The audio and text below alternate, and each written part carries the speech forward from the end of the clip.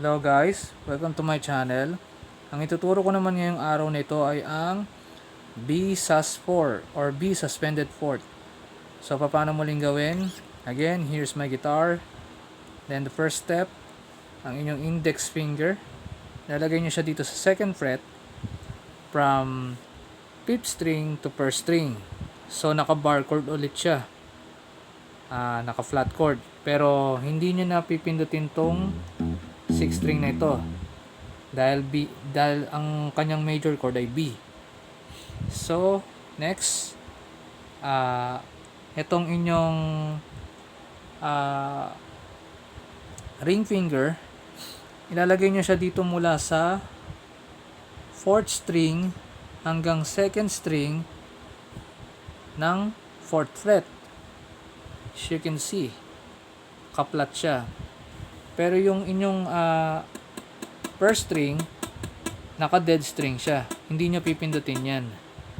Naka-dead string yan. So, parang B major chord, pero ang kaiba nitong B sus4 or B suspended fourth, dadagdagan nyo pa siya netong pinky finger. Ilalagay nyo siya dito sa 5th fret, here, 5th fret ng 2nd string. So this is what sounds like the B sus4. Sorry.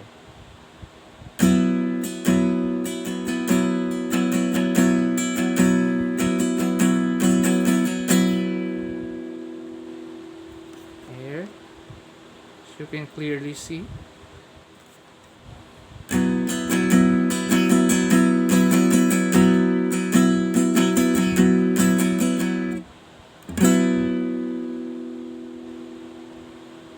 Just keep on practicing lang kasi medyo talagang flat chord talaga, tapos meron pang ganito na nakalagay dito sa pinky finger dito sa 5th string. So medyo difficult para sa mga beginners, kaya keep on practicing this kind of chord. So yun lamang. Thank you for watching and please subscribe to my channel para mas makapanood po kayo ng mga guitar chords for the beginners.